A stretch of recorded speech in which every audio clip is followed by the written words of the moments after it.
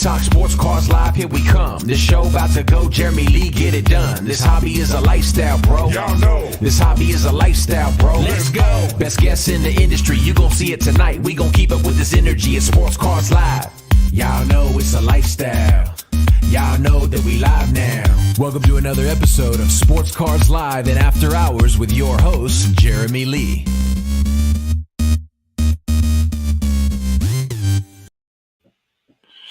All right, we are back. What an episode that just was with Brian Gray. Hope any of you guys who carried over from then over to here enjoyed that. Really strong viewership, well over 200 people throughout that whole episode. So thanks everybody for joining with that. But it's always fun having Brian on the show. The guy can talk. I can barely get some words in, but I do my best. But I've been looking forward to this one here right now because I'm going to kind of go through and relive my experience at the National last week. And I've got all my pickups here, 17 cards, one unopened box, which I kind of forgot about as I've been talking about my pickups. But I've got all my deals. I've got some notes on them. I just want to kind of go through it and talk about it. So happy to do that. Any questions on the National that you guys may have, fire them into the chat. I'll get to as many as I can. And and I have a box. Thank you for reminding me, Chris Straub. I have a box of SB Authentic Hockey that I will open as I'm doing this stuff. Let me actually just pull that out right now because I want to have it ready to go. So this is my box of SP Authentic Hockey. I do want to thank Upper Deck for sending this my way. SP Authentic 2021. I will open this, as I'm in between talking about deals and that. And if I get whatever I get, I'll show you guys. I want to talk about the National, few opening comments sort of thing. So one of the things that it's a fallacy about the National that if there's any card that you want in the hobby, you can find it at the National. That's just not true. People like to say it. It's just almost couldn't be further from the truth anymore. There are so many cards that you're just not going to find at the National because they're so rare. That whole thing might have been true, up until like the early 2000s when there just weren't as many cards and variations and all these low printed cards. But nowadays, don't think you're going to go to the National and fill in your want list. It's just not going to happen unless your want list is comprised of sets of vintage cards and you're looking for base to fill in pockets in your binder. You're probably going to be able to do it. But truth of the matter is, you're not going to find any card you want at the National. I want to make that clear in case you're going there with that outlook. Another thing, having a plan. People always say, have a plan. This is live, Ken Golden. This is live. People want to say, have a plan when you go to the National, because otherwise you're just going to get lost. Now, it is worthy, I think, to have a plan as far as, friends and vendors and some corporate setups that you want to go to make sure you see them.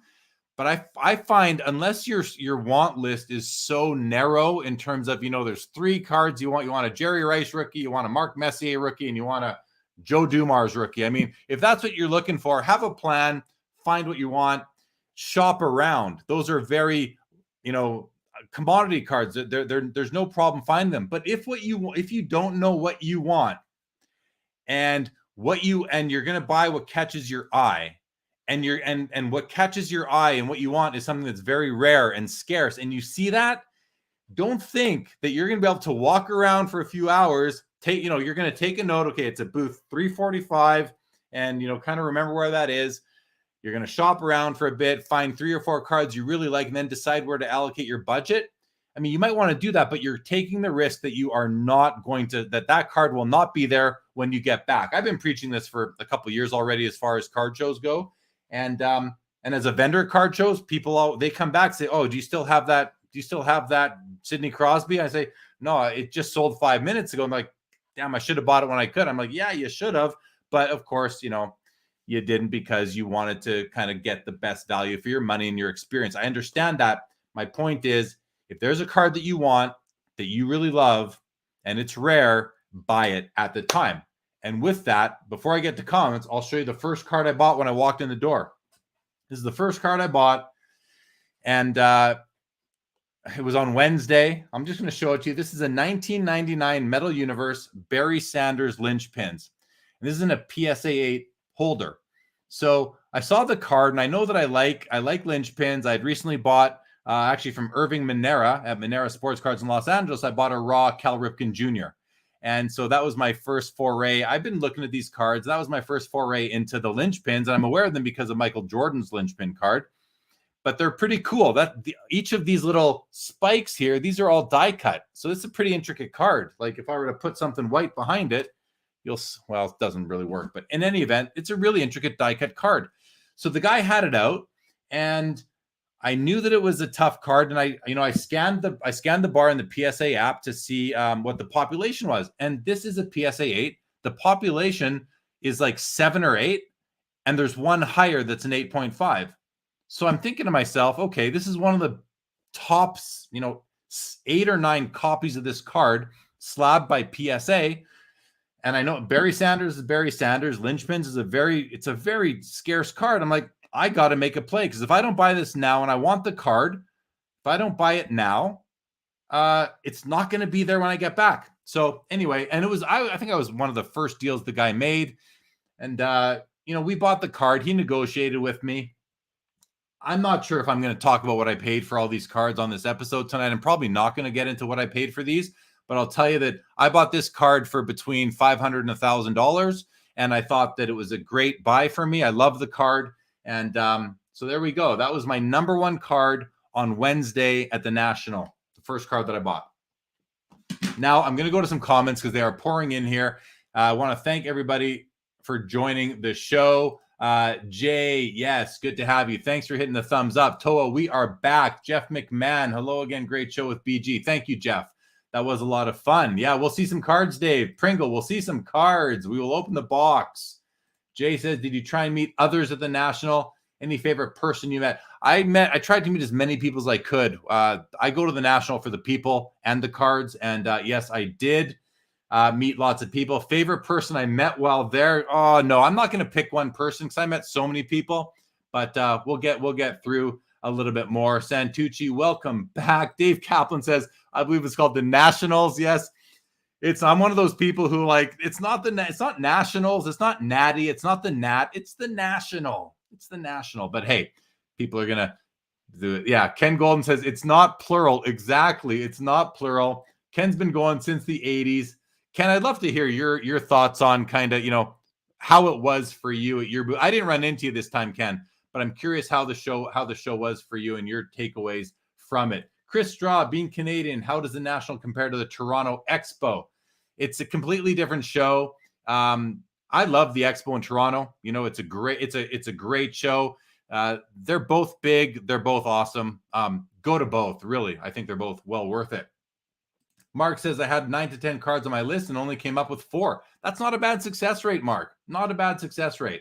Jason Pringle says, don't remind me about hesitating. I lost 3 cards at the Edmonton show in April by not jumping on them. Exactly what I'm saying. You see a card you want, don't think it's going to be there. Rare, important, good cards of players that you probably like are being snapped up pretty quick. So, and it happened to me too. There was a card that I didn't buy because this one was extra. It was more expensive. The card I wanted was he had it marked at 4,000. I think I talked him down to 2,800 on it actually, which was because he wasn't sure about his $4,000 price. I said, anyway, I was really thinking about it. I walked away. I went back to look for it a few hours later and it was gone. And I wasn't heartbroken about it, but I might've made a play at it. So thank you, Toa, on the Barry Sanders. Mark's first card bought was a Buster Posey rookie. Very nice. Jason, if I don't want to move the Ripken, but thank you very much. Thank you, Justin. Yeah, All Valley, great shows. I'm enjoying the content I'm doing this week. I'll be doing 4 shows in 4 days. But hey, I love it. I love it. You bought your first card on Thursday, Mark. Eric wants me to show him some Gretzky. I don't think I picked up a single Gretzky card, but I picked up some hockey. We will get to it. Todd McDonald, appreciate you liking the BG show.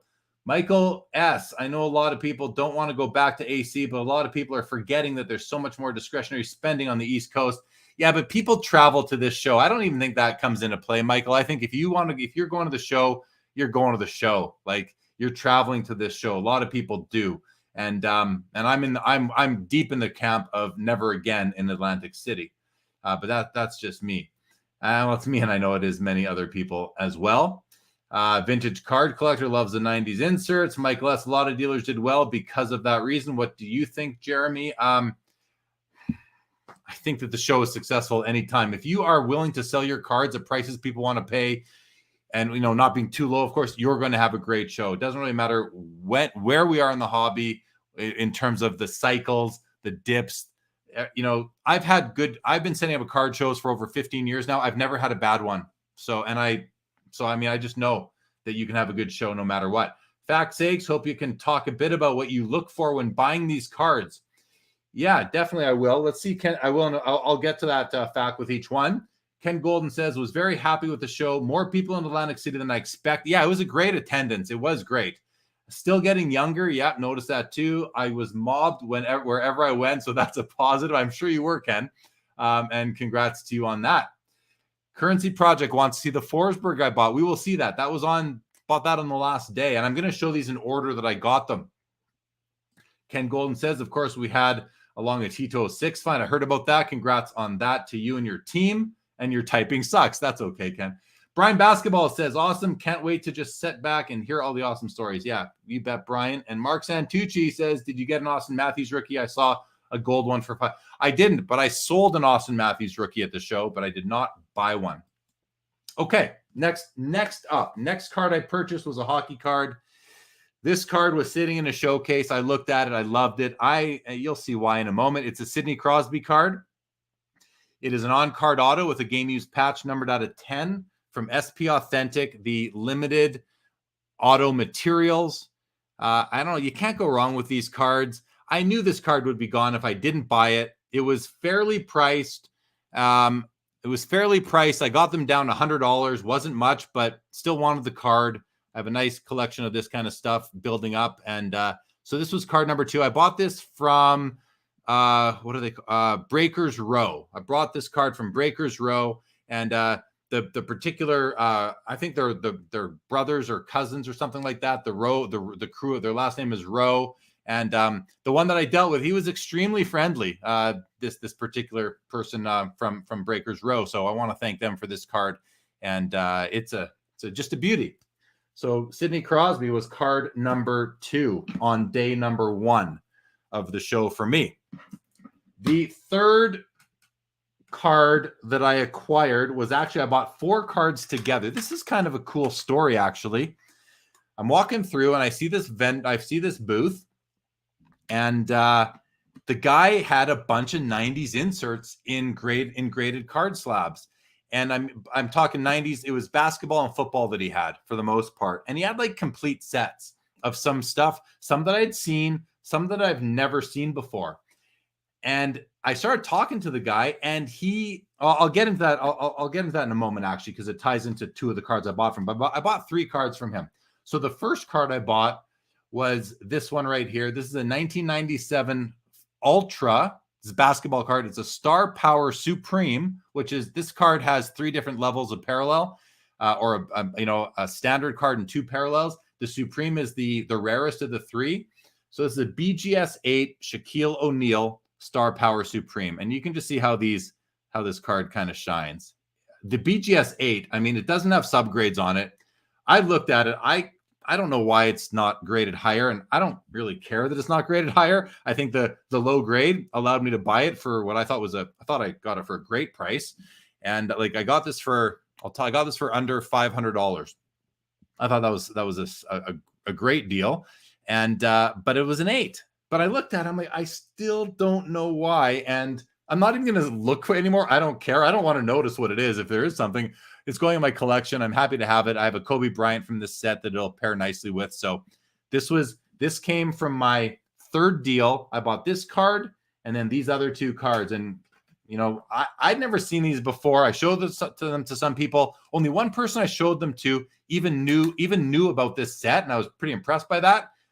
Ken Golden, if you're still watching, you'll probably remember these. I would think you've been around so long in the hobby. But I had to buy these cards because they're just so nice. I hope this camera does them justice. And I'll tell you what they are. They are 1996 Playoff Illusions, made by Donruss Playoff Illusions, Spectra Illusion Elite. And I bought the Barry Sanders and the Jerry Rice. And oh yeah, these do show. Look at those. Look at these cards. Like, they're just stunning. So what I was going to say earlier was the guy I bought these from, he used to work for Donruss Playoff. He designed this particular insert was designed by him. I have his business card here. Let me see if I'll find it quickly. Hopefully I got the right guy here. Should have had this ready, but I'll just to let you guys know his name. And he told me that when he worked for Donruss Playoff back in the day, I guess he got to keep a set of each of these things, a few sets that he designed. And so these came from his personal collection. He had them graded. He sent some of them to, this is CSG. He sent some of them to CSG. He sent others to Beckett. And he was just kind of testing it. Well, man, these are just beautiful. They're some of the nicest cards I've ever seen. And I'd never heard of them before. So I kind of bought them there's no comps on them. He didn't even look up popular. I didn't care. I bought them because I couldn't stop looking at them. And even since I've had them in my hotel room that night, I'm sitting there holding them under the light, looking at all the different ways that they look. Like, I don't know. I just love them. And I want to give some kudos here to CSG. As far as manual grading companies go, by far my favorite slab on the market. By far. Like, it's just the plastic is completely, it's very clear. I like the label, everything about it. And it stacks nicely with other slabs. So anyway, I bought these two and the Shaq, all from one gentleman. And his name is Mike Caffey is his name. I found his business card here. So Mike Caffey, thank you for making those cards available. Really enjoyed that deal. And he worked there. So I thought it was neat to buy it from the guy who worked there. Okay, we'll take a stop here. Go to some comments because I can see they are coming in yet again. The Valentini crew, was great seeing you guys as always. Say we had an amazing week at the National. Long drive from Toronto, Atlantic City is a dump, but the show was amazing. I agree. Your first National, so happy to bump into you. Yeah, it was great to see you guys too. I enjoyed. We walked one night. I ran into these guys. It's a couple of brothers and the son and nephew. Anyway, great to see you guys. Yes, my Toronto friends, Piero, Marco, and Mickey. Mickey was happy to sell lots of his soccer cards. Good for him. Eric, I'm sorry I'm dead to you, but I would have bought them if I got lots of Gretzky's already. We'll see. I don't think I did buy any, but maybe we did. Leschwein, beauty on the Crosby. Thank you very much. Albert says, Crosby, my guy. Brian Basketball has documented Ken Golden's interview on Fox Business. Great hobby history. Ken always has great hobby history.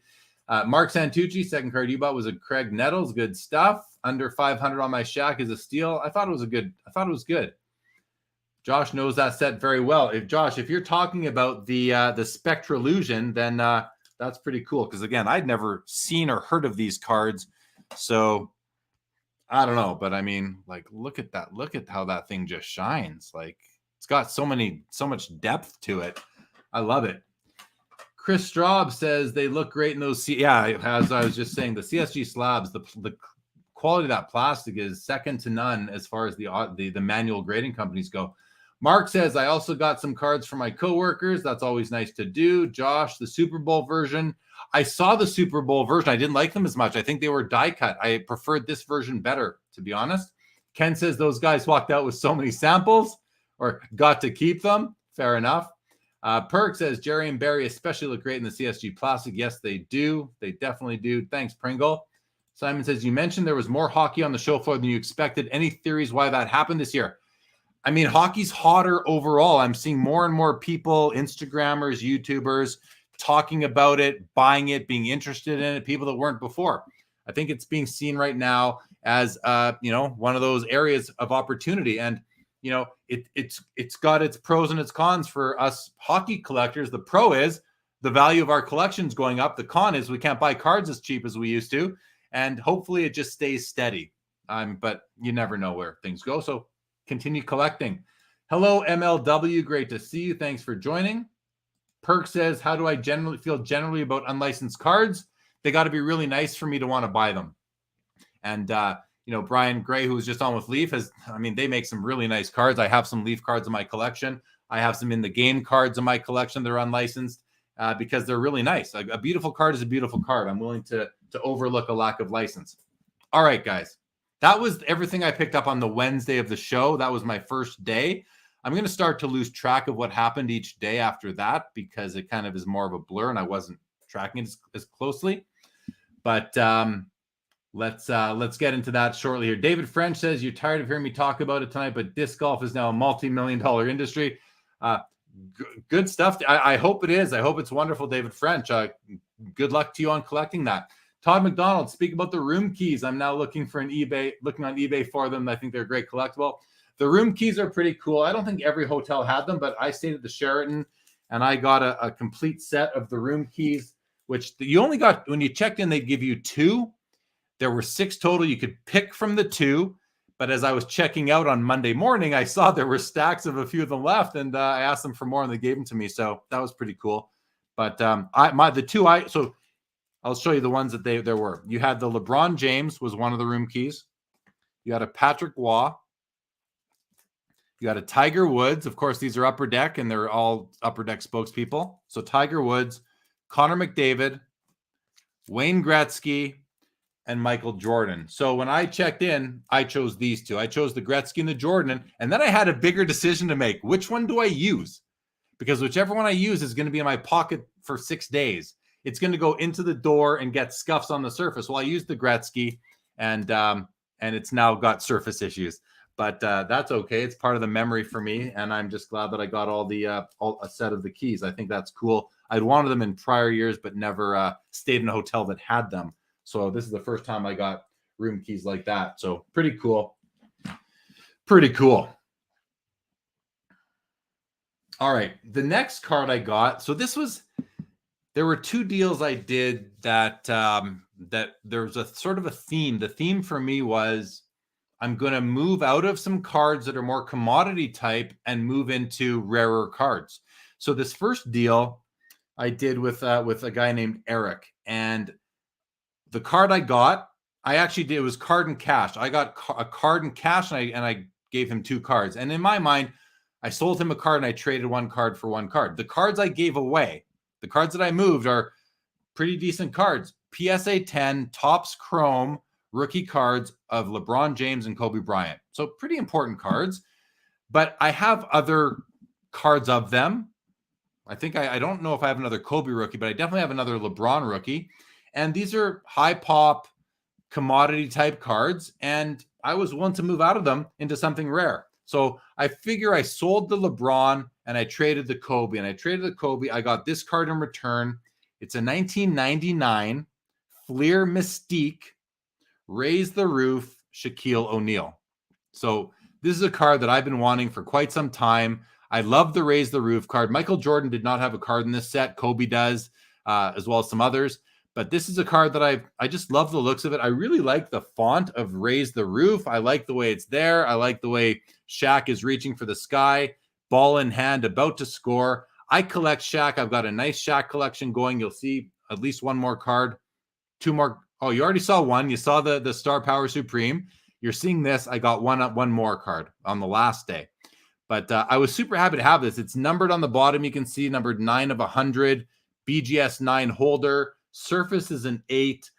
Having trouble figuring out what the surface issue is, but again, I kind of don't even want to notice it. I'd rather be in the dark and just enjoy the card for what it is.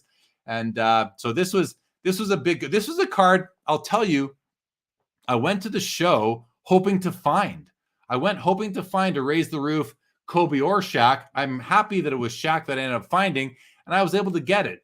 And I probably wouldn't have paid the money it took to buy this card because it's not a cheap card. And you can figure out for yourself. I pretty much figure I traded away a PSA 10 Topps Chrome Kobe Bryant rookie for this. So, but I was happy with it. The Kobe Bryant card, I think I'll put the number on this since I traded for it. He was asking, I think, $6,000 cash for this card. And I ended up trading him the Kobe Bryant, which had very little to no greening on it. So it was a very strong copy of that Topps Chrome Kobe. And I bought that Kobe like years ago for $900. So around $900. So I thought that was a really great trade. And this card I'm going to cherish and I'm going to love it. I'd never loved that Topps Chrome Kobe rookie. I love this card. So a win in my books for that deal right there.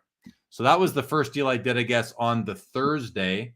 Although I have to tell you that Thursday I woke up with a pretty bad headache Thursday morning. I went to the show for a couple hours. I had a meeting at the show. I went to the show for a couple hours, and then I went back to my room and like laid in the bed, just not feeling well for probably 3 or 4 hours. And then I went back for the last hour or so of the show.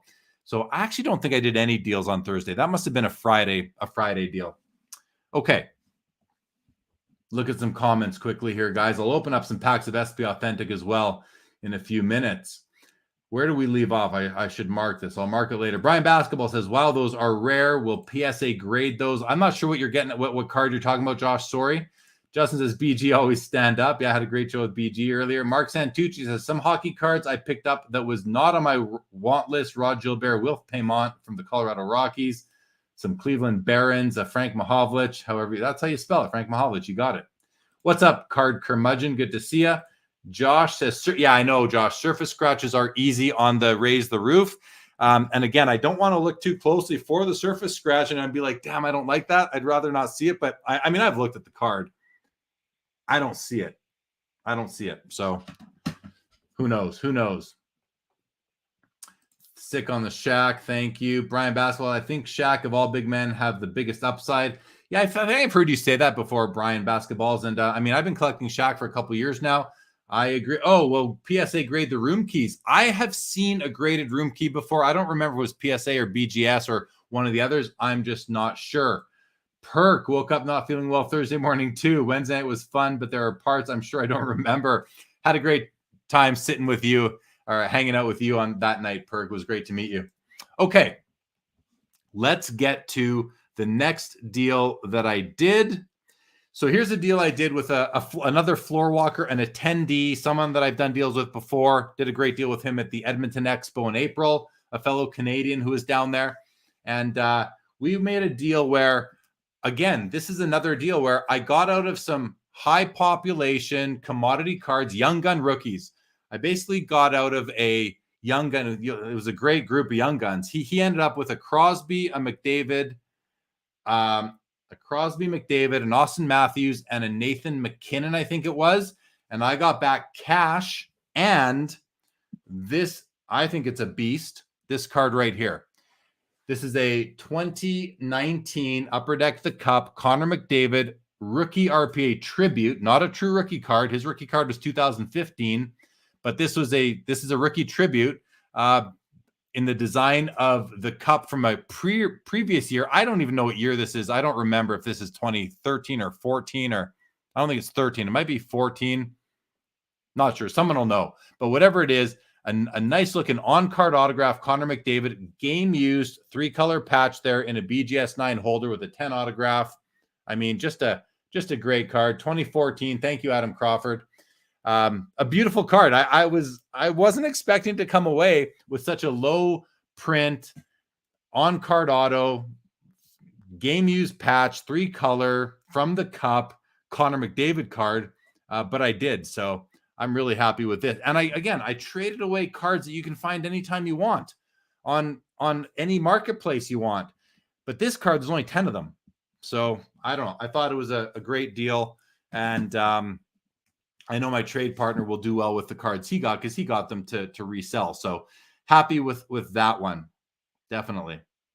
Okay, the next card I picked up was this one here. Again, I've lost track of what days this all happened, so I'm not going to speak to that. But this card was on someone's table. I was looking for a Peter Forsberg card at the show. I always liked watching Forsberg play. He's like he's basically an all-time great that isn't considered an all-time great, but he really is. He was one of the most skilled players ever to play the game of hockey.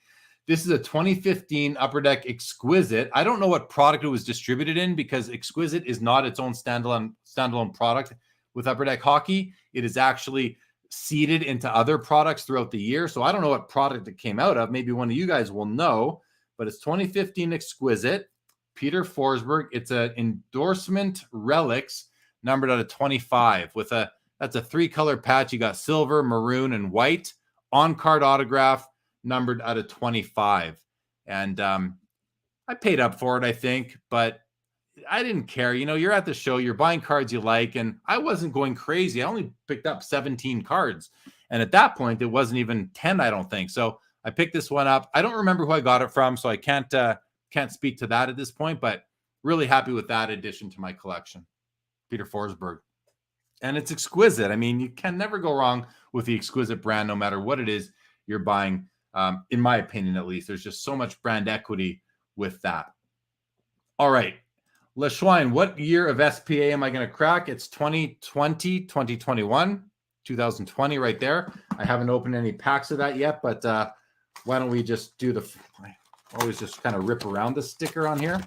But I'll open up a pack right now, see if we get I'm not going to show you guys all the cards, but any sort of hits or parallels, I will definitely show you. Chris Straub says, I wonder how much of the increased attention on hockey is attributed to Ovechkin breaking the all-time goal record in the next couple of years. I think there's definitely something to that. I mean, he's brought a lot of attention to the sport. There's no doubt about it. Justin says, young guns are hot. LeSchwein surface issue of Shaq maybe on the back. It might be. Good call. The tribute is to the Draisaitl year. What a beauty. Thanks, Adam Crawford. Thank you, everybody, for confirming the year. Draisaitl rookie year. Yes, yes, definitely. Peter Forsberg is the man. He is the man, Justin Bode. David French wants to know, do you own a Stanley Cup hologram? I do. I've got like 3 of them, actually. I'm a fan of the Stanley Cup hologram. I think it's a card that is really important. It's the first insert card ever as far as hockey goes from 1990-91 Pro Set. And yeah, I've got at least 3 of them because it's a card I'm bullish on. Picked up in the first pack. This is I think it's a flashback or a tribute parallel of Carter Hart. That was the only noteworthy card in this set, aside from our recently departed and beloved Matthew Tkachuk from the Calgary Flames. Pack number 1 from the box of SP Authentic that I will open throughout this stream. Brian Basketballs loves hockey. Jake Adal loves or collects Peter Forsberg. Josh, I forget what product, but I remember the McDavid's popping up from that stuff. It was one of the first releases. Definitely. And Currency, I think that year's Exquisite was split between Black Diamond and the Cup. Thank you. Thank you for that heads up on that. Appreciate that, Currency Project. All right, let's do another pack of cards, and then we'll go to my next pickup from the show. We've got a Future Watch at a $9.99 rookie card of Winnipeg Jet, Mikkel Burdin. I'm not familiar with him. And another Jonathan Tavares, which is one of those sort of flashback type cards, I believe. All right. Jake's Toe, welcome back. It has been a while. Glad to see you. Thanks for joining us again. All right, the next item I bought, not a card. I actually bought a box of wax, which I don't usually do, but there's a really special reason for why I bought this particular box. And actually, in order to fully show the reason, I got to grab something. 1 second here. Let me grab something here. I believe this is it. Yes, this is it. So, you know, I have binders of cards, and this particular binder houses cards that are kind of, you know, inserts, shiny cards, that kind of thing. And there's lots of different things in here. So I'm just going to flip over to a set of cards that I've been collecting for 20 years, and I'm still 1 or 2 away from the set. But it's from 2000, and it's from 2001 to Topps Heritage Hockey. And in the set, I don't know if it's each pack. It might be each pack. You got what they call the Retro Fractor Parallel. And basically, I'm just going to take them out of here so I can actually hold this up. They're basically refractors, and they look like this. And it's a 105 card set. As I mentioned, I collected this set when it first came out. You know, I'm not hunting for them all the time, and I still need card number 1, which is Mario Lemieux right there.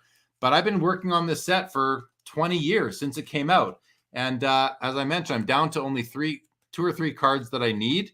Each card is numbered on the back out of 667. You can kind of see right there.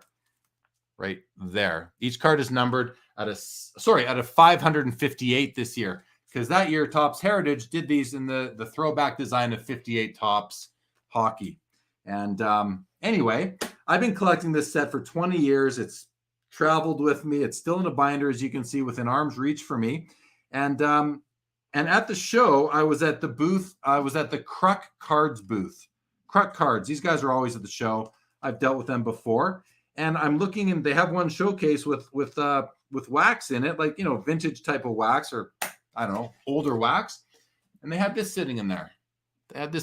So I snagged it to go with my set. I have to decide now, am I going to open it to look for the cards that I need to finish my set? Or am I going to keep the unopened box as like a memento, as a relic, to go with my set of the retrofractors that came out of it? So I'm not sure yet what I'm going to do, but it does still have the original Topps wrapping on it. You can see the Topps logo right there.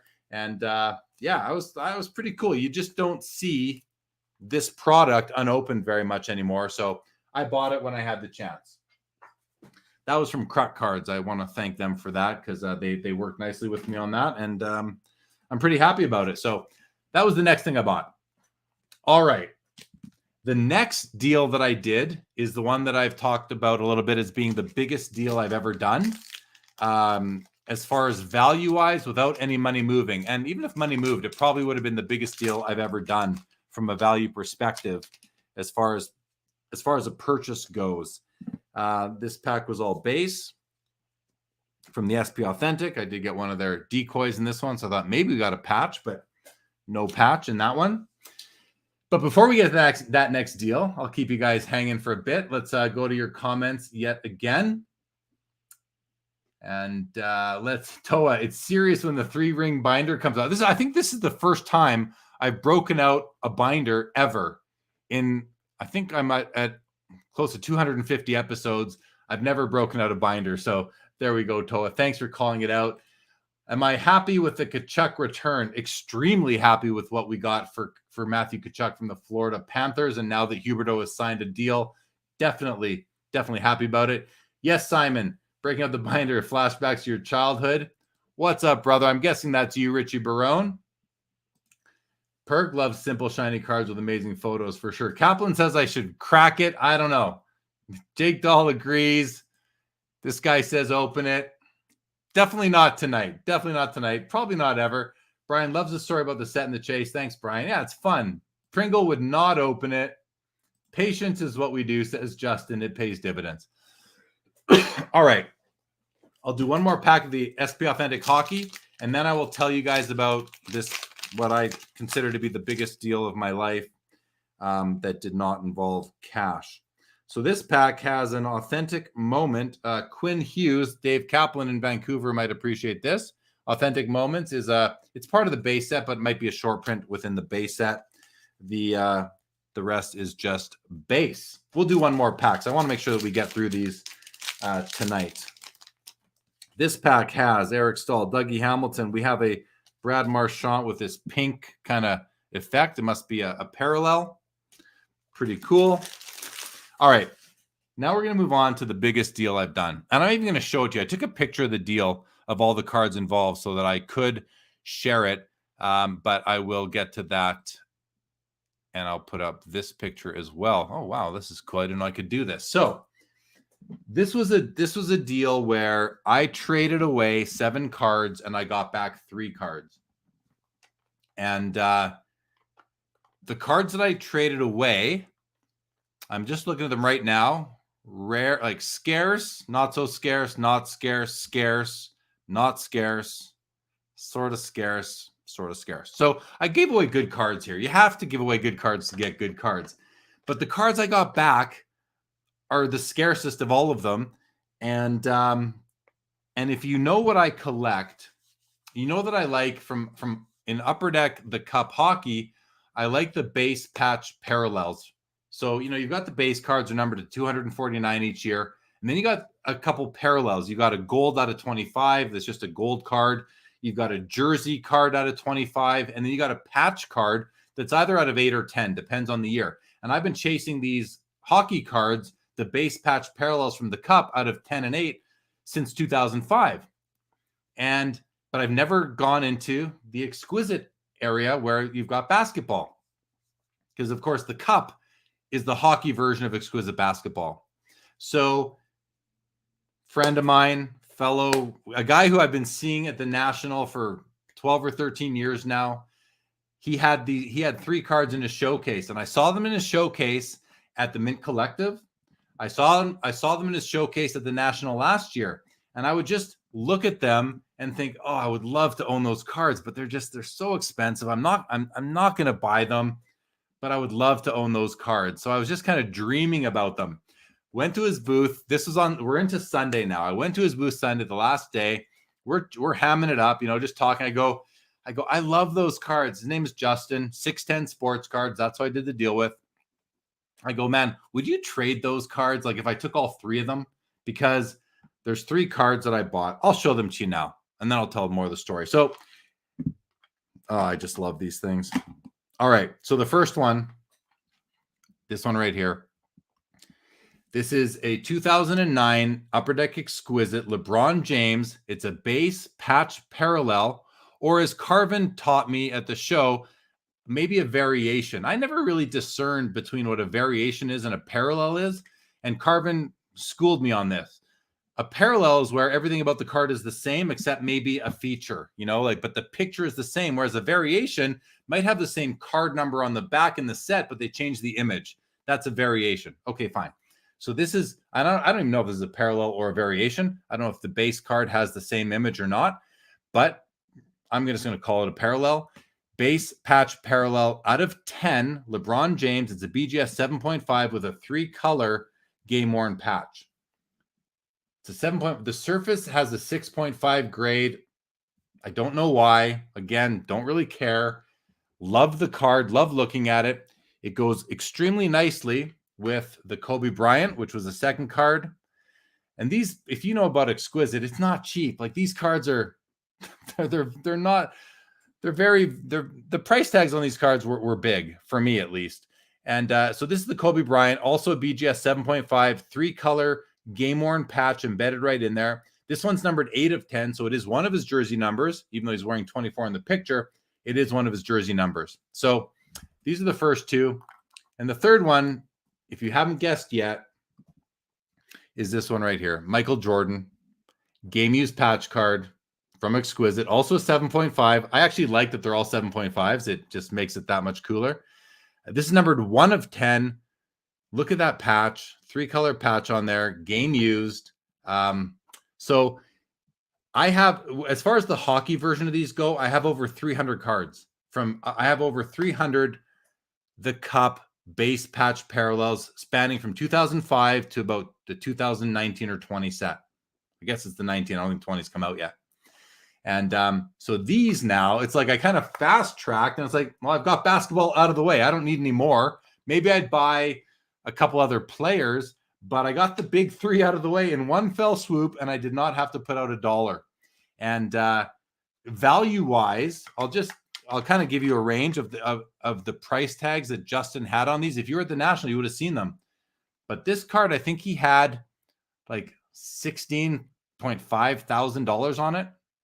Like a number I would never spend on this card, but I traded for it. I think the Kobe, he had I think he had 8,500 on the Kobe, and the LeBron, I think he had 7,000 on. So listen, I don't know if those were fair. I don't know if they were high. I don't know if they were low. There were no comps really available. There was one. He also, by the way, he also had a 2003 Exquisite Michael Jordan of the same card, but the 03 version that he had 22.5 on, I think, which makes sense. It's the first year of Exquisite. This is like 2009, much later. And I had to, because I'm a guy that I'm a collector that likes the first kind of, the first especially. This is 09, like 6 or 7 years later. But the reason why I got over that is the aesthetics of the 09 Exquisite versus the 03 as far as these patch parallels go. Way nicer. The 09s to me are just way nicer. And I was able to trade for and acquire all 3 of them. So I got past the fact that it's not earliest of it. It's actually the last year of Exquisite, which is pretty cool in and of itself. And And I love cards like this. I could just look at these all day long. And, you got the big 3 right there with the Jordan. I don't know. I love it. So what did I give up for these cards? Before I do that, let me just go to some comments first. There's not many here. But Toa says, sick Kobe and LBJ. Love the old school upper deck. Thank you. So do I. Brian Basketball says, bangers, no doubt. Albert Jones, bam. Thank you, Michael S. LaSchwein says, so something like a Young Gun acetate would be a variation versus a parallel. If it looks different, if the picture is different and it's got the same numbering as the base card of that player in the set, then yes, it would be a variation. And Brian Basketball says, 610 Sports Cards was on with Mike. Great other side of the story. Oh, very cool.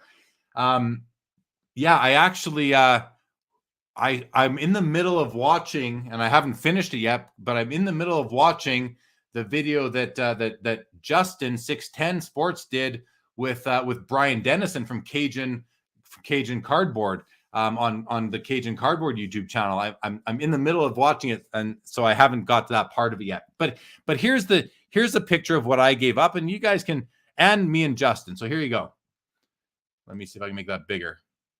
So that's the deal. I gave up these 7 cards up here for these 3 down here. There's me and John. I'm basically 6'6". Okay, that's me, as you can tell. I'm basically 6'6". Justin is literally 6'10", and but he's a friendly giant for sure. So I gave up these 7 cards, and let me just take you through my thoughts on it. So. This is the luminescent. Actually, let's just get rid of this for a second and make this a bit bigger. So this is the triumvirate luminescent, and I know Justin does talk about whether or not it's labeled correctly, but this is the better one of them, I believe. Just a fun card, PSA 10. This Michael Jordan is the season's best refractor, PSA 10. I mean, good cards here. You got to give away good cards. Dirk Nowitzki, PSA 9 Topps Chrome refractor rookie. That went in the deal. So these 2 cards, I really like both of them. I'm going to miss this one. This one I bought because I love the colors. After having it in hand, I just fell out of love with the card. Didn't like it as much as I thought I would. So I was willing to let it go. This card I'm going to miss. The Dirk, I'm not going to miss at all. Like, I have no interest in having this card anymore. And really, it served me well when I did have it because I got good value for it. This Shaquille O'Neal. This is the Fusion Titanium, I believe, numbered out of 250 on the back. It's a BGS 9.5, very rare card. Like these molten metal Fusion, whether it's a titanium, I forget which one it is exactly, but it's numbered out of 250. I know some of you out there will know. And yeah, this was one that I bought these 2 Shaqs online. I don't know when, a year and a half ago.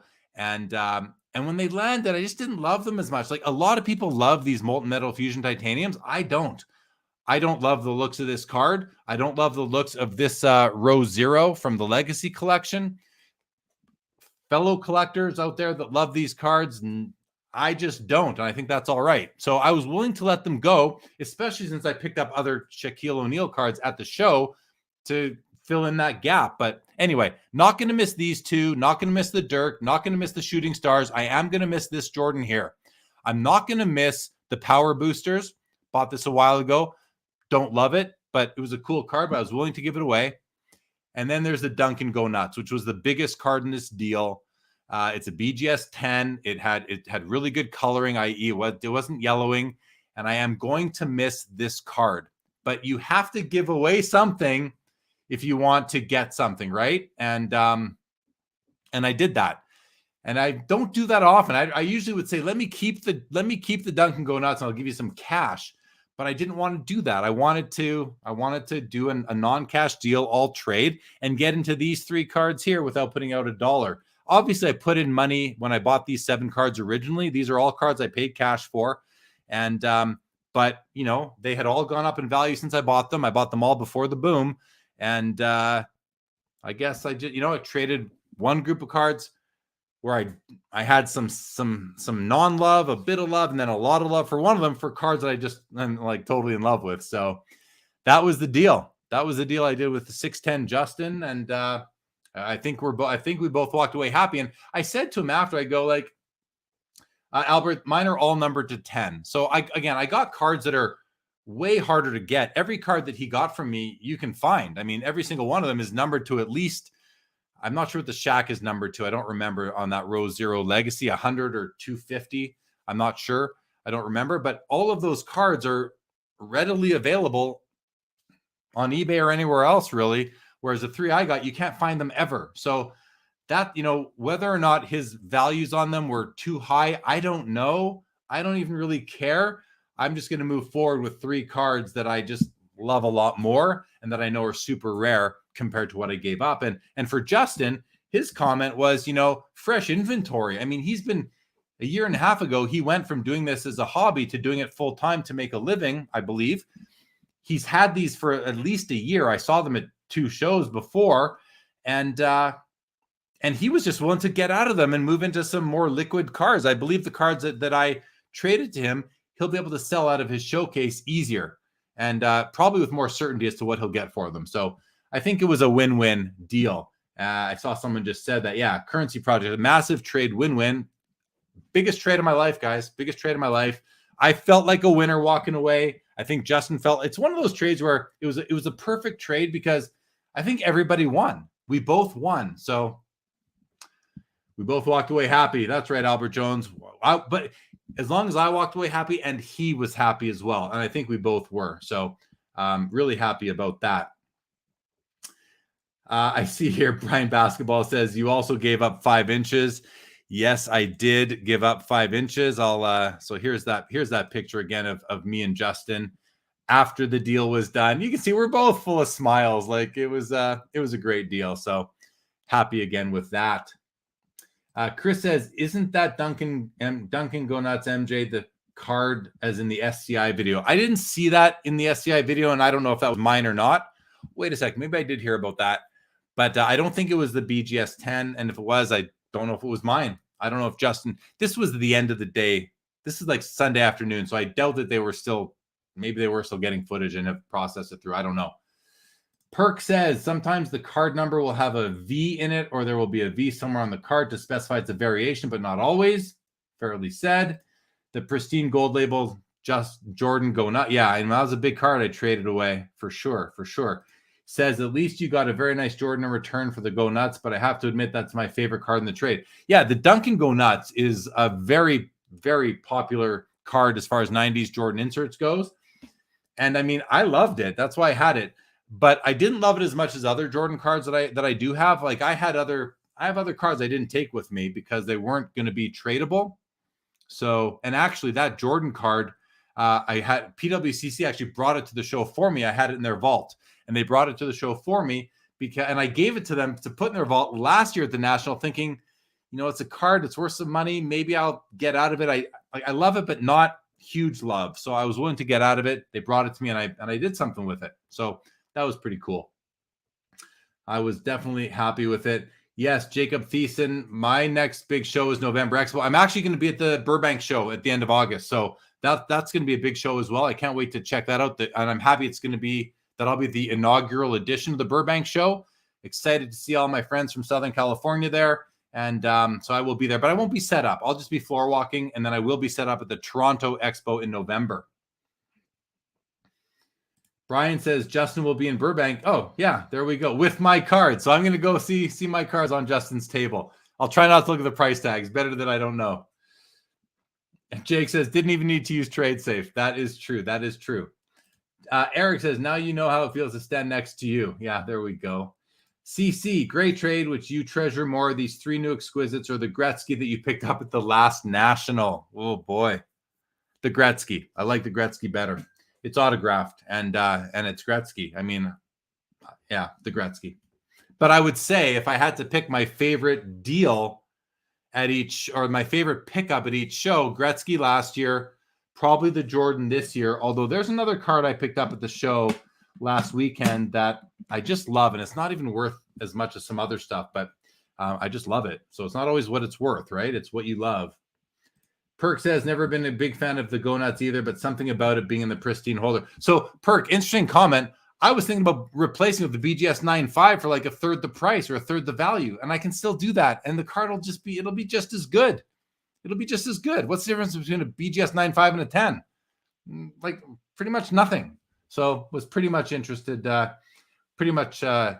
willing to do that. If I decide I miss that Dunkin' Go Nuts too much, I'll just go buy a lower graded copy, a PSA 9 or a BGS 9 or 9.5, something like that, or a CSG in one of their nice new holders. Did I go to the trade show? If you mean the trade night, I did not. I had another event. I regret. I would have loved to have gone, but I did not make it this year. Okay, I'm going to do another. Oh, this is a thick one. Let's see if it's a decoy or an actual patch. It's a decoy. We have a celebrated moments with Alex Lafreniere, and that's about it in that pack. I'll do one more, and then I'll get on to the next deal that I did. Another decoy in this pack. And we have another celebrated moments of John Klingberg, who recently signed a 1-year deal. Oh, I forget where he went. He left Dallas and went to another team. Maybe someone out there knows. I do not remember. And another one with a decoy. I'm sure it would be nice to get a patch out of this. This has a true leaders of Roman Josi from the Nashville Predators, one of the best defensemen, if not the best defenseman in the NHL. And we'll do one more. I want to make sure we open up this whole box. Another decoy in this pack. And we have a Spectrum FX parallel. Maybe the best one to pull this year. Well, probably not. But Cale Makar of the Colorado Avalanche. I mean, you might want to get McDavid, but this might be the second best one. Makar is the real deal. He's the real deal. So that's pretty cool. All right. Comments and then the next deal. Perk says, good point. Totally a preference and one of those things that's a great about the hobby for sure. You trade away a card you love in high grade, go buy a lower grade copy. I did that again. We'll see that again. That's what I was referring to earlier when I said there's another card that I just love that I picked up. Jake Thiessen, what do you think of Atlantic City? Chicago's the best place for the show, in my opinion. I've been to all the locations except for Anaheim. And yes, definitely Chicago is the place to be. Atlantic City, not a fan of the city. I will never go back if I don't have to. David G says, great show tonight. Wasn't able to make it to the National in my home state, but hoping to make it to the Expo in November. Hey, David, can't wait to see you there. Make sure you say hi to me, please. Jake Thiessen lets us know that Klingberg signed with Anaheim, and Jake still says it'd be nice for a West Coast National one day. Hey, you never know. You never know. All right, the next deal that I did was I did this deal with somebody who was at the Mealy Pops booth. And let me remember, because this was a cash trade deal where I gave up cards and cash for one card. So the card I got is a Ken Griffey Jr. PSA 9 linchpins. And if you were here at the beginning of this episode, you'll note that this pairs really nicely with the Barry Sanders that I bought on day one. And in my opinion, like if I want one linchpins from baseball, this is it. If I want one linchpins from football, this is it. So now I need a linchpins from basketball, and that will probably have to be Michael Jordan, which will be, of course, more expensive than those two were. But again, it was this Ken Griffey Jr. It's a PSA 9, and I gave up cash and two cards. The cards I gave up were a Ken Griffey Jr. It was a turbocharged PSA 10, so it's an acetate parallel that I bought it online, received it, realized it looked better in the scan. It looked better on my screen than it did in hand. So I was willing to let it go. And I also gave up a Derek Jeter Sterling. So it's similar to it was the same kind of brand as the Shaquille, the Molten Metal Fusion. It was a Molten Metal Fusion Sterling Derek Jeter that I just didn't love the Sterling color, the blue color to that particular parallel. In any event, I was happy to move those out and bring down the cash outlay for myself and come into a Ken Griffey Jr. linchpins, which I'm really liking these linchpins. 1999 Metal Universe. All right.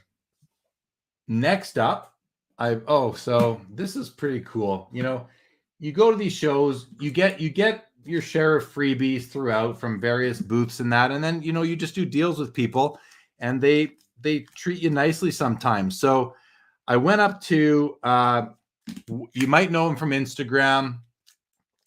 His name is War Chief on Instagram. His actual name is Ryan. And I'm chatting at his booth. I think he just did a really big deal. So he was in a very good mood.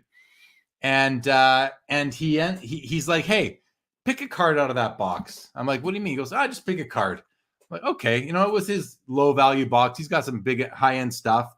And I thought, well, that's really nice of you, Ryan. So I'm going to look extra hard in your showcases for something to purchase. And I didn't have to look that hard, to be honest, because he had been putting up a card on his Instagram story for a couple months. And each time he put it up, I'm like, oh, it's still there. Good. It's still there. He hasn't moved it yet, because I would love to have that card. And anyway, he had it in his showcase throughout the week, the weekend. And on Sunday, I was like, you know what? This was when I was like, I want to get something else. And I'm going to see if he still has the card. He did. And he ended up giving me a really nice deal on it, you know, like substantial. It was a great deal. And I just want to thank him for that. But this is from 2009-10 O-Pee-Chee Premier Hockey Remnants. This is such a cool card. You've probably seen it if you follow War Chief on Instagram, you've seen this card. Alexander Ovechkin on card auto. I mean, it's a quad patch, I guess you could say, all multicolor. The 2 looks to be from a Reebok patch, the 004, and it's 2004. That was the year he was drafted first overall, 2004. And the card it's harder to see, but it's numbered right above my finger there. It's numbered 2 of 5.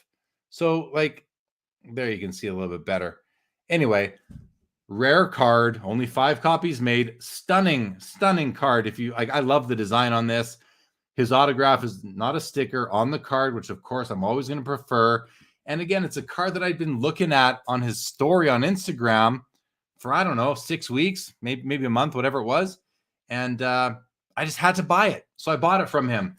And then I said to him, oh, I'm going to pick a card from the freebie box. He's like, yeah. He goes, and now you can pick from that box too. So I ended up he threw this in for me, which is a Jaromir Jagr Noise Boys from 2012 Fleer Retro.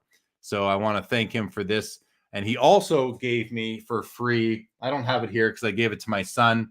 It was a Hulk card, like the Incredible Hulk. My son is 3 and he is superhero crazy right now. He's bonkers about superheroes and he loves the Hulk. So he gave me a Hulk card from Marvel. So thank you to you, Ryan, War Chief, for first of all, the great deal on the Ovechkin, and then the Jagr card throw in, and of course the Incredible Hulk as well. That was awesome. All right, comments. What grade is the Barry Sanders? It was a PSA 8, the Barry Sanders. Oh, so I think you're talking about here, the Sports Card Investor video was my exact BGS 10 Duncan Go Nuts. Did he get it? Did my Duncan Go Nuts end up with Jeff Wilson from Sports Card Investor? That'd be pretty cool. Paul Santos, awesome show. If you had to pick one card for the long term to hold, would you pick Ovechkin Young Guns rookie or LeBron Chrome rookie? Today? Oh, that's a tough question. I mean, what goes through my mind is LeBron is bigger internationally from an international perspective. I don't know the pops off the top of my head. I think the Ovechkin Young Gun, I mean, if you're just talking raw, I don't know. It's tough. I mean, if Ovechkin does not get the goals record, his values might come down a bit. I think he's going to get it though. So Paul, like, I'm not good at these. Which one would you do? I just say both. I'm going to have to go with that. Albert Jones, you got my Crosby Remnants beat. I love your Crosby Remnants. Come on. It's a beautiful card too. David French says, thanks for the talk and entertainment. You bet, David. Thanks for joining. And Mark Santucci says, any hockey cards you were looking for that the dealers didn't have? Not really. I don't really go looking for something like that in particular. I like so much stuff that I just got to keep it wide open. All right. The next deal I did, this was fun. I forget the guy's name, but he was awesome. We ended up following each other on Instagram. He had this card in his showcase. It was more than I wanted to pay. So I made him an offer. That I thought was like, I said, listen, I'm not trying to insult you, but this is what I pay for the card. And I'm just going to leave it out there with you, if you want to move it. And he considered it, but he ended up saying no. I thought, okay, no problem. And I walked away with no intentions of getting the card. It's towards the end of the day, probably two hours left in the show. And he happens to, I don't know if I was near his booth and he saw me. He walks over to me to the booth I was standing at. He goes, I'll take your offer if you still want it. I said, yeah, my offer was good. So I took the card, and it's this one right here. This is from 2014 Upper Deck Ultimate Collection Hockey, of course. Steve Yzerman, an Obsidian script. I usually don't like these dark cards with gold autos, but I mean, look at that one. Look at that auto in gold. Steve Yzerman has one of the nicest autographs in sports. It's laid down perfectly. You've got a beautiful, you can only get 2 color patches with the Red Wings. A beautiful 2 color Red Wings patch with a bit of the feather coming off the wheel, numbered to 25. It's one of those cards. I saw it. I loved it. Just like the Crosby, the first Crosby that I bought, just like the Ovechkin. I don't collect these cards in particular from these sets, but I loved the card. I got the card. Luckily he came back and took my offer, I should say. So really happy with that. If you happen to be watching the person I got it from, thank you so much. And please let me know, because I don't remember the Instagram name. I wish I did. So apologies for that. Okay. Only 3 more cards that I picked up to show you. So in the meantime, go to some comments again here. Thank you, Hockey Cards Up. Appreciate chatting with you on IG. Pringle, the Yzerman is by far the best card I got. Thank you for that. Eric loves it. So Eric, did I redeem myself that I didn't pick up any Gretzky? I hope I did. I know you're probably going to say no, but thanks anyway. Hockey Cards, I don't like those as Obsidians normally, but that one with me too. Exactly my exact position. Hockey Cards Up. I don't usually like the Obsidians, but that card, I love it. So I made a move. Mark says mine was Phil Esposito, Maurice Richard, and Henry Richard, Tony Esposito, and Austin Matthews rookie. Those are nice pickups across the board there, Mark Santucci. Eric says, I hope you will post these in IG so we can get a good look. I posted most of them already, but they were in my story. They might have disappeared. And I have redeemed myself. Thank you, Eric. All right. The next deal I did, and this is one where, this is the other one I was alluding to earlier, where I said, I sold the card previously and I reacquired it in lower grade. So the story on this one is, if you guys remember, there were no card shows in 2020 after March. And Steve Menzie from the Sport Card Expo organized and ran these virtual expos. And during the virtual expo, I believe it was the first one he did, I sold a card that I regretted selling. It came out of it was a card that was in my PC, and I decided I don't need the card. And I sold it to my friend Andy, a good buddy of mine. And I know he's since sold it, made money on it. I'm happy for him because I sold it like before the boom, but I regretted it. I regretted it ever since. And it was a PSA 8 baseball card from 1969. And I was looking at I'll show the card in a moment, let you know who it is, but you can start guessing if you want. Brady Hill, who's one of the finest vintage dealers in the hobby, he had on his table 2 copies of this card. One was a PSA 5 and one was a PSA 6. And they were both very strong for the grade. Brady's a strong for the grade guy. You know, if you're buying a card from Brady Hill or his friend Jeff from Card Country, that you're buying great stuff. And I thought about it, and I'm like, yeah, I want to get one of these cards, but you know, it's a commodity card. You can find this card anytime you want. And so I didn't buy it. That was on Wednesday. I went back to Brady's booth a day or 2 later, and they were both gone. I'm like, of course they're gone. They're amazing cards for the grade of an amazing player. And Mark Santucci, the first guest, got it right. Mr. October. I ended up picking up this copy of it here. 69 tops, Reggie Jackson in a PSA 6.5. Now, this card is really tough to find centered, especially in a lower grade. And by lower grade, I mean 6.5. I had a PSA 8 previously, and now that card to buy is much more than what I sold it for. And it was like probably 5 times what I had to pay for this 6.5. But this 6.5 was nicer than several 8s that I had seen in the room, just because based on centering alone. And I do know why it's a 6.5. Like, you look at this card from this angle, and I know it's tough to see, but centering is like almost bang on. Corners are nice, but I'll talk about them a bit more. Edges are like perfect. The surface, I could see nothing wrong with the surface. Couple of like minor white fish. You can't even see them. Nothing. The back is just fine. But what is wrong with it is if you look at it under a loop, you can see on each of the corners a little bit of the surface gloss or the surface level is scratched off, as you'll find with vintage cards. But because it's a white border, you don't even notice it. I'm looking at it like this with my naked eye. It looks like a PSA 10, legit. Like, why is this? Like, you look at it, it should be a 10. So, no, I'm sorry, I don't mean that it should be a 10. I mean, it presents like a 10. It should be, I'm going to give them credit, probably should be a 6.5 based on the technical grading requirements. But to me, it presents like a 9 or a 10. And I like it even more than I like my old 8. So win-win. And I got it for less than I sold. I got it for less than I sold the 8 for. And I love it. I love the card. And it's up there as my favorite from the show. So I just, it's one of those cards. I bought it and I'm like, had just that great feeling. Like, oh, I just love it. I don't know if you can tell, but I just love this card. Just love it. Okay. All right. I'll do another pack here. I've got 2 more cards that I picked up to show you guys. And they're both pretty cool cards, so you might want to stick around. We got one of these pink parallel Nick Schmaltz from the Phoenix Coyotes in pack number 1. And in the next pack, we have no decoy, no patch. Oh, we have an Alex Ovechkin from that, I believe it's a parallel sort of flashback type of themed card. Pretty cool to get an Ovi. Any Ovi card is pretty cool. Oh, and the pack also came with a base card of Sidney Crosby. So there you go. 2 all-time greats right there. This is thick. I don't think it's heavy enough to be a patch card, though. No, it's a decoy. And it has we have a Connor McDavid leaders card. So decent there. And an Ovechkin base card. And, of course, we had a decoy in that pack as well. I'll do one more just to... Oh, this is a very thin pack. This feels light. I wonder why. Let's see if there's something special in here. No, 5 cards as they're supposed to be. A Dylan Larkin from the Detroit Red Wings.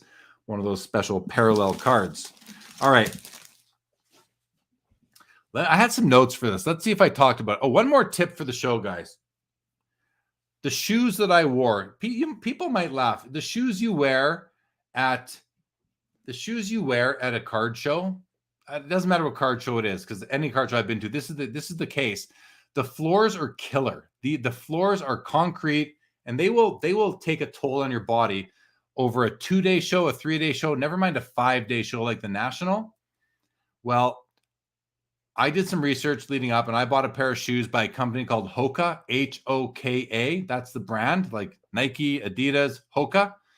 And these shoes saved my butt. I got to tell you, they didn't take out the effect altogether. It wasn't like a 100% remedy from the aches and pains that you will get right through your heels, all the way up through your lower back at walking these floors at a card show. On Sunday, I had a spring in my step. I felt I had no issues. And so that's my recommendation. Any other shoe you're wearing that I've worn Nikes, I've worn Converse, I've worn others at card shows before. This is the solution if you want to know. Hoka. Yeah, I should talk to them about, a referral or something. But boy, oh boy, were they amazing. So buy yourself some Hoka shoes. Anything else I can mention? I want to shout out Bleecker again, Mark Zablo, for handling my transportation along with about, 30 other people from New York City to Atlantic City on the Tuesday leading up. They had a shuttle and got to go on the shuttle and ride with about, however many other people on the bus and not really worry about the drive and just enjoy and socialize. It made what was probably a 3-hour drive just extremely enjoyable. Extremely enjoyable. This is a Yegor Sharanokhovich Future Watch. This is one of those bounty cards in a pack of SP Authentic. I know a lot of people do the bounty. Ooh, this is thick. This feels heavier. This feels heavier than the other ones. Let's see if I'm misreading that or not. Yeah, I am. It's just a decoy again. And we have a Matt Sundin SP Performers. Sundin is a Hall of Famer, all-time great from the Toronto Maple Leafs. Someone who doesn't have enough cards in the hobby. Probably doesn't like to sign too much, though. Jake's Toe says, I work on concrete floors every day. He recommends the A6 Gel Cayano. Another option for sure. I was wearing the Hoka Bondi 7s is what I was wearing. Hockey Card says, I used to work some trade shows. 100% great shoes are vital. Yes, they are. Perk says the Jordan Lynch pins is a nice looking card, 4K. I know, Perk. I've been looking at them and it's 4K. So I don't know. It's a lot of dough. Says, I thought I wore comfortable shoes. I still have a blister the size of a golf ball mark on the bottom of your right foot. Sorry to hear that, but hopefully your back is okay. It's really a lot about the back. Second last pack in the box. We have a celebrated moments of Joe Pavelski from the Dallas Stars and an Alex Ovechkin base card. And let's do the last pack of the box. Thanks again to Upper Deck for sending this box my way. We have an autograph. Unfortunately, I've never really heard of the player, but it's a Future Watch auto rookie on-card auto numbered out of 999 of Alex Belzile, Alex Belzile. Pretty cool to get an on-card rookie autograph. You get an on-card rookie autograph, I believe, in almost every box, if not every box of SP Authentic Hockey. Yes, autographed Future Watch rookie per box. One iconic autograph. And they are. Now, this is not an iconic card that I pulled, but a Future Watch autograph, that itself is an iconic brand in the hockey card world. So thank you again to Upper Deck for that.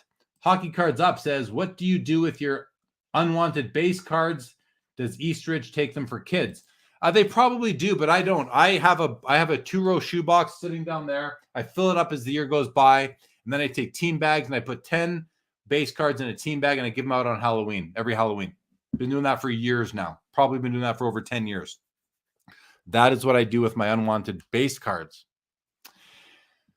I want to shout out other YouTubers that, there were 2 events that YouTubers kind of partook in. One was the Sheraton and one was another night that I didn't get to. The one that was organized by Filmington and Silver Jackify, 2 of my favorite YouTubers in the hobby. And I just wasn't able to get there. If either of you are watching, number one, thank you for the invitation. Thanks for doing it. And, I regret that I wasn't there. I wish I was, but definitely make a better effort next year to be there. And then the one on the other night that I did go to, because it happened to be in the lobby of my hotel when I was walking back from the show, I believe was organized by Mike, Baseball Collector, and maybe a couple of others. But it was nice to see everybody there if you were there. Just think we got to keep those things up. It's always a lot of fun. So I wanted to shout that out. It was the whole weekend was pretty awesome. The whole week was awesome. All right. The next deal I did, this was a purchase that I made, straight purchase, last day, literally probably. So I say that I bought that Reggie Jackson with like an hour left in the show.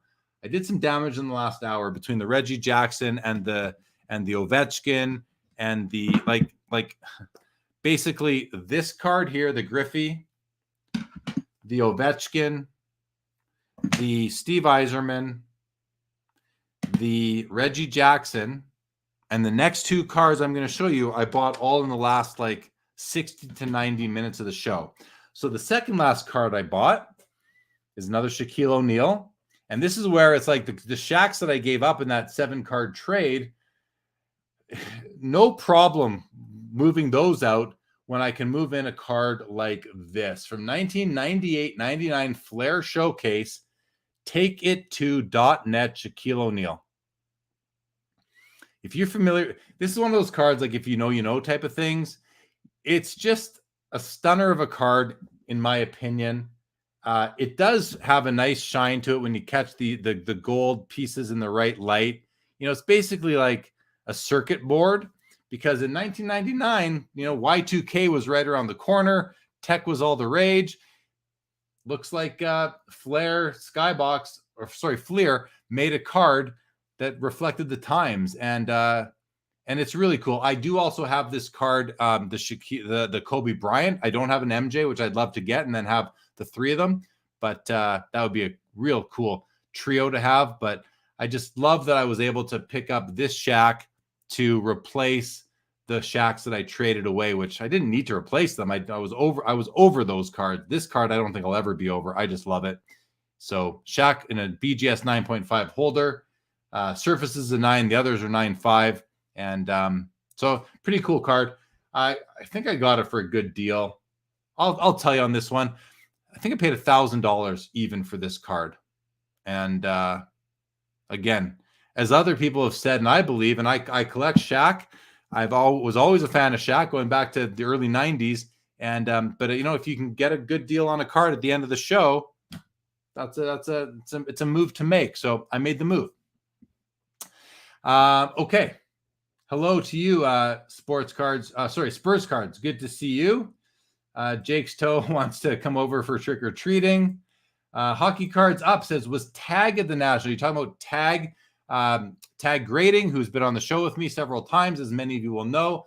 They were not set up at the National, but two of the brothers were there. Michael and Mark were there from Tag, and I walked the floor with them quite a bit, had dinner with them. Great guys. I'm a fan of them and what they're doing, and they're about to launch this month. If anyone was wondering, Tag Grading will be launching this month for submissions and order placement and submissions and all that. So, but I think they did mention to me they will be set up at the show next year. So that's pretty cool right there. Perk went from browsing Jordan cards to perusing Hoka shoes. Yeah, I got the Bondi 7s again. I think I don't think there's many variation in color or style, but it's like walking on foam, literally. Like what I've learned about Hoka shoes is that I won't say all of them, but many healthcare workers and postal carriers are wearing those shoes now. So take that for what it's worth. Okay. I'm going to show, before I show you the last card, a couple freebies, and I'm going to show you some more pictures here really quick. Let me just find them, the ones that tie in. So this guy right here, this is Jay, the card messiah. He kind of flagged me down at the show one day, and he gifted me this card. Oh, okay. So thanks to Jay, I'll take the picture down.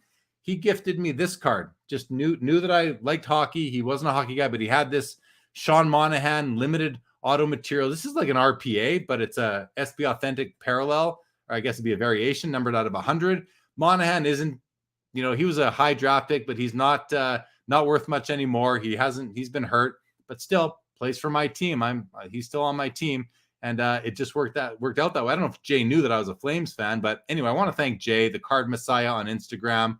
One of just the nicest guys that I met. And I want to show you this. He was walking around with his friend, a guy by the name of, I think his name is Steve Loney, who is in the toy business. This guy's in the toy business, and he wants to, make his way into trading cards. So he's got his first card product on the market, and he gave me a promo pack / box. I haven't opened it yet. I'm not sure what I'm going to do with it, but he gave it to me, and I just want to shout him out for gifting it to me and being such a nice guy, like just a nice guy, and he's going to be getting into non-sport. So anyway, and like kind of competing with Zero Cool, but he said he's not going to be going after the same licenses they're going after. He'll have to take kind of the lower hanging fruit. But anyway, his first product is this right here. It's called Currency. And the card company he started is called Cardsmiths. Trading cards. Apparently there's like an Elon Musk in here, bunch of other cards of like Satoshi Yakamoto, whoever the mystery guy behind Bitcoin, Vitalik Buterin, the creator of Ethereum. I think that's his first name. He's got a card in here. So anyway, I want to shout out Steve, the founder of the company, Cardsmiths. This brand, apparently currency spans currency from the beginning of time until really up to crypto. So cool idea. Not going to be for everybody, but still something to, I guess, just kind of document the history of currency. So thank you to him. I'll eventually open this up, but a shout out to them for sure. There was a party one night hosted by Collectible and a few other companies, and Lucas, Tigers, and Bronze Oh My, Cage and Andrew had a cigar bar set up in there. And if you're a Tiger holder, their NFT, which I am, you got a cigar box with some goodies in it. So the first goodie I got was this. This is a Marvel card of Cage. So I guess everyone got a card of Cage to tie into Cage. from, Cage Lawyer from Lucas Tigers, the podcast. A Mitch Richmond card was in the box. And as I picked up the box and, lit a cigar with the fellas, Mitch Richmond is literally standing right beside me. So I passed it to him and he signed the card for me right there. So that was pretty cool. Lawrence Taylor was at that party. I heard Emmett Smith was there. Chris Mullen was at that party. And then also in the box was this SGC 1981 Topps Nolan Ryan, SGC 7. But hey, thanks to the Lucas Tigers guys, to Cage and Andrew for giving out cigar boxes with some goodies in them to people that were there, and including myself. So that was in there as well. Other kind of freebies at the show. The Card Ladder booth had their set of promo cards, which was really cool. It's a set of 5, unless I'm missing one. So you got 4 at their booth. Here's Tom Brady in the spirit of the Tiger Woods SI for Kids card. And you can see the Card Ladder logo at the bottom there. And of course, the back is promo for Card Ladder. Michael Jordan in the spirit of the 2012 Panini Prism Gold. Kind of cool. We have the Connor McDavid in the spirit of the Wayne Gretzky rookie. And then this is really cool. I think this is a bit of a tribute to the LeBron triple logo man that recently came out of Flawless. But here they did a triple of LeBron in the spirit of the Magic Johnson, Larry Bird rookie. You've got him in all 3 of his uniforms. So really cool. Card Ladder logo up there, right there. And then there was a collectible exclusive. You had to go to the collectible booth to get this one, which is the Shohei Ohtani. And I'm not sure what year that is in the spirit of, but that was a cool set of, and I like stuff like this. I got a binder. These will end up in a binder because I have a spot for things like that. I think it's pretty cool.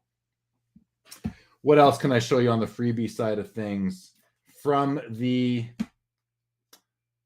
eBay booth, I walked away with these 3 cards. I believe they're designed by DJ Ski.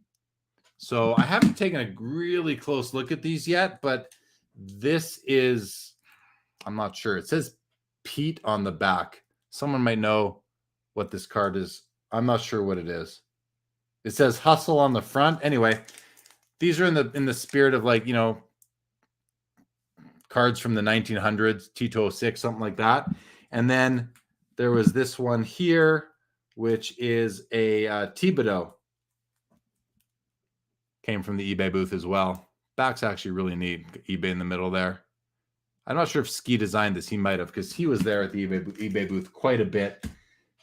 He's one of the nicest guys out there. Kissing babies, shaking hands. He's just nice and smiling to everybody that comes by DJ Ski. So you ever have a chance to meet him, you should go ahead and do that. Okay. That's it for the freebies, as I've been saying. Final card. The final card. Actually, before I show it, I'll catch up on the comments here, guys. Hockey Card says, have you gotten any of your cards back from? I haven't submitted any. They're not taking the subs yet, but I can't wait. And trust me, I will be. Irving says, Jeremy, I can tell you how to fix the spam comments. Thank you, Irving. Please message me and let me know how. I'd appreciate it. Great guy, awesome gift. Yes, definitely. Facebook user, enjoy your show, Jeremy. I'm my first time watcher, long time Hobby Insider member. Thank you. Can't see your name. If you are still watching this, here's how you fix this Facebook user issue. Go to StreamYard.com/Facebook and click on the big blue button, or just watch on YouTube. CC, you'll get there. Perk says, I think Ski was going for the Whale, Boardwalk Empire, Gangsters, Time Frame, etc. Oh, yeah, something like that. I'll have to look into it more, but which I will. All right. The last card that I bought, and I bought this card with 15 minutes left in the show, and it's a doozy, guys. This card is a doozy, and I bought it. I bought this card. This card was a pure investment play. This was not a card for my personal collection, although that might change, and I'll explain why.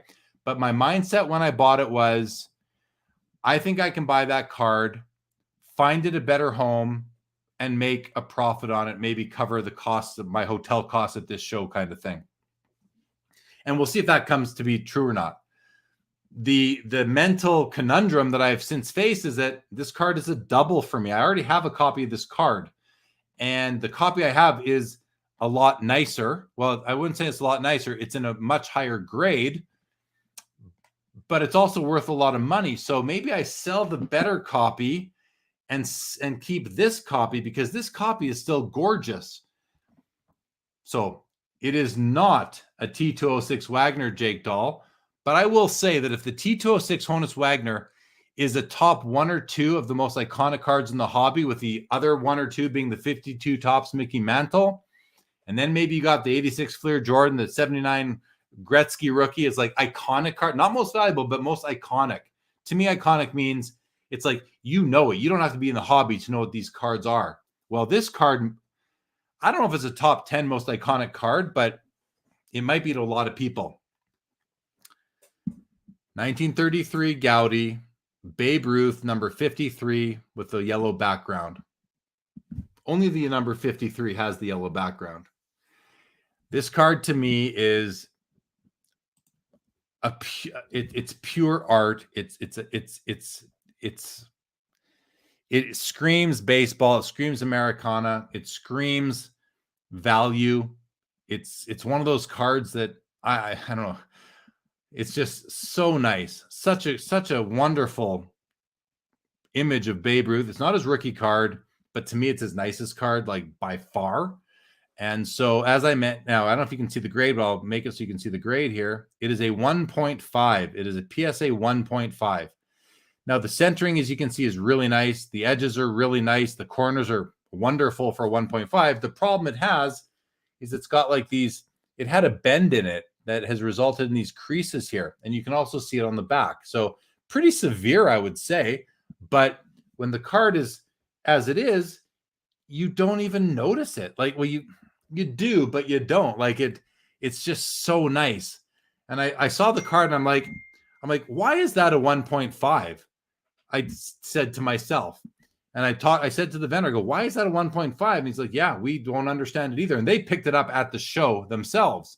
So they had I'm not going to tell you guys what I paid for this card, but I'll tell you this. They had a price tag on it, and I didn't want to pay the price tag. It was above the amount of money that I had left on me at that point in time.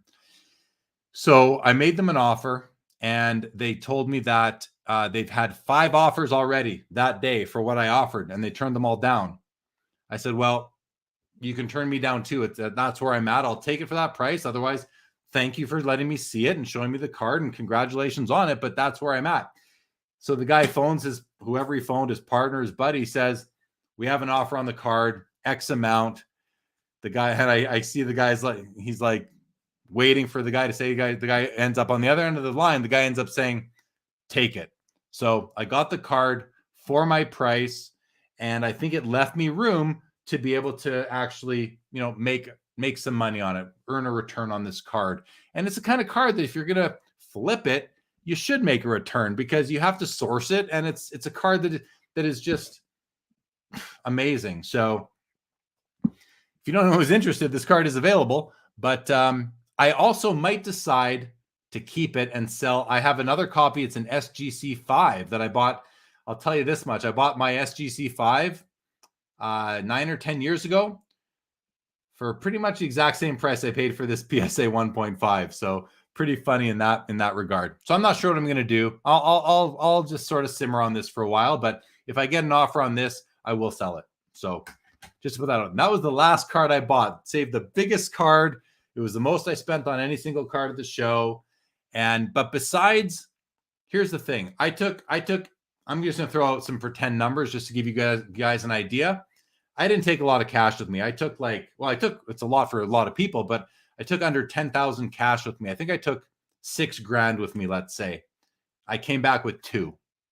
So I'm only out of pocket, say $4,000 for the whole show. And I came back with all these cards I just showed you because I did trades, and I also made I sold some cards to Dave and Adams, to their repack product group, some other sales along the way to friends and that. And so I got all these cards, and I only was out of pocket, and that number is correct. I'm not telling you what I went with and what I came back with, but I only was out of pocket $4,000. So pretty successful for me overall, I would say. All right. Jake's Toe guessing 89 Upper Deck Griffey. Thank you on the stunning Babe Ruth. Says, and Jake, I was about to say the Upper Deck Griffey. Eric says, never a bad decision to pick up a Babe Ruth. No, it isn't. Jake says that Ruth is on my radar, needing to sell some off first. Yeah, thank you, Jake's Toe. Definitely enjoy it. CC, how does this 1.5 compare to my other copy? I put them beside each other a couple days ago. It's not all that different. I mean, my SGC5 Babe Ruth has better corners and edges, but aside from that surface blemish, they're really simple. They're not that far off. The coloring is great on both of them. Hockey Cards Up says I'd sell the SGC5. That PSA 1.5 is really nice. That's why I'm considering it. Because it is really nice. So listen, we're on an hour 35, guys. Strong viewership. Thanks for sticking with me for what is going to be almost 4 straight hours of streaming tonight. I'm going to tease you with one more thing. So I live in Canada. So when I buy cards from eBay, or I buy a card from PWCC and I don't want to ship it, and it's in the US, I don't want to ship it to Canada. I've had cards being shipped to the PWCC vault, and I've accumulated a whole bunch over the past year. Well, PWCC brought me my vault cards to the National, and I brought those home too. I don't have time to show you these all now. I have time. I'm tired. But this is also what I brought home from the National. And I'm very excited about this stack of cards. So I will save these for a future episode of After Hours. I haven't shown these on Instagram or YouTube before. Maybe a couple of them here or there, actually. But I will save these for another show. And we'll create another After Hours episode. No shows next weekend, guys. I will be traveling. I'll be at a wedding in Europe next weekend.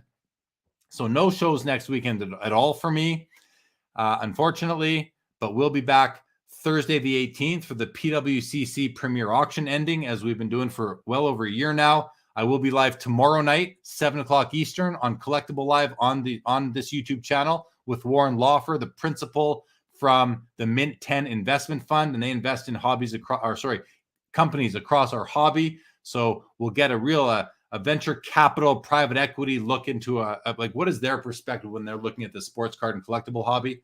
So check that out tomorrow at 7 o'clock Eastern, live with Warren Laufer. That's going to be a fun episode. So after that, no shows for a couple weeks. I will be back the weekend after with Hobby Hangout, most likely, Sports Cards Live for sure. Brian Pirip, he's a TikTok hobby celebrity, will be our guest a week or 2 weeks today. And then on After Hours, if I am not too tired, I will do another episode and go through the pickups that came, these guys that all came from the PWCC vault. All right. The 5 does not have a crease, Mark. You are correct. Chris says, not bad. Sounds like you had a pretty good national. I had a great national. Overall, I had a wonderful national, except for the one day that I had a bad headache and just had to leave and go lie in my hotel room. Luckily, my hotel was directly across the street, so that was easy. Look forward to seeing those. Yeah, there's some good stuff in there. Jake Stowe says TSA didn't trash them like Jeff Wilson's. I didn't have I saw a story on Jeff Wilson that he had an unopened case opened by TSA. I didn't have any unopened cases. I had the one unopened box of the Topps Heritage Hockey, but that was it. So luckily that didn't happen to me. Perk says, awesome national all around. Thank you for a very cool night of content. You're welcome, Perk. Thank you for joining. Again, great hanging out with you on that Wednesday night. Gimmicky Fibers. Great show, man. Thanks again. Hey, thank you for being here, Gimmicky Fibers.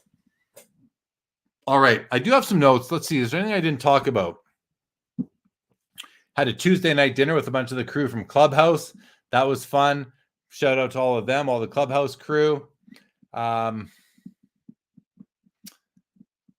Couple dinners that I went to were a lot of fun, but nothing there to really get into, I don't think. I thought that the vibes of the show were extremely positive. I think it seemed to me like, although some values are down, people were still buying. People were still trading. I think people are still very excited about the hobby. You can just afford more now than you could 5 months ago.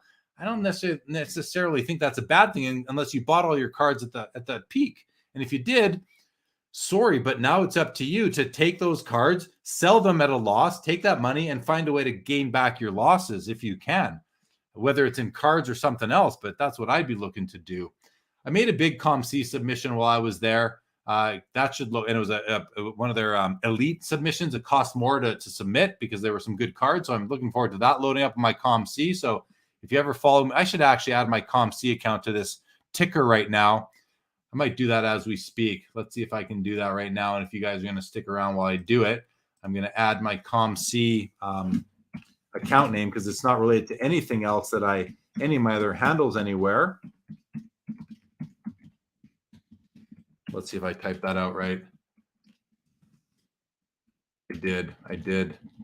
So I'm going to load this up right away here, guys. But in the middle, I got rid of something else. Okay, so here we go. You will see my ComC account. If you ever want to check it out, it's Big Daddy Cool Breeze with one eye. Let me get rid of that extra eye I put in there. There we go. Save. So, and I'm making some spelling mistakes here. I'm going to fix that one as well. Sports Cards Live, not Sports Cards Life. Anyway, I did a nice ComC submission, so that'll load up in there in the next week or so, I would think. Got a couple cards for my kids. I want a big shout out to Tim and Lorena. They organized the Wisconsin Dells show. I went up to their booth and with hugs and handshakes and high fives. A lovely couple. And I said, I'm looking for a Spider-Man card for my son. And Lorena reached in, gave me a Spider-Man card right out of the showcase. Just a lovely people there. If you're not familiar with Tim and Lorena Duke, they run the Wisconsin Dells show and are just wonderful vendors. So huge shout out to them. And just wanted to thank them for that. All right. That's everything I had on my notes, pretty much. Jake's Toe, thanks for sharing your pickups. Thank you, Jake. Appreciate that. Thank you, CC. Appreciate you saying that. Chris Straub, did you only get one auto from SPA box? Or yeah, I'll look again, but I think I only got the one autograph in the SB Authentic box. I didn't notice any others, but here are the cards. I'll do a quick flip and see. Am I supposed to get two? It's the box says that you're guaranteed one, so I think that's all I got, but I'll look for that later. Anyway, everybody, thank you for joining. Fun night on the channel for me. And I'll be back tomorrow, 7 o'clock Eastern, again on Collectible Live. Thanks, Mark. Great evening. Good to see you. Great meeting you at the show. Everyone else, all of you guys, good night. Thank you for joining tonight. We'll see you again.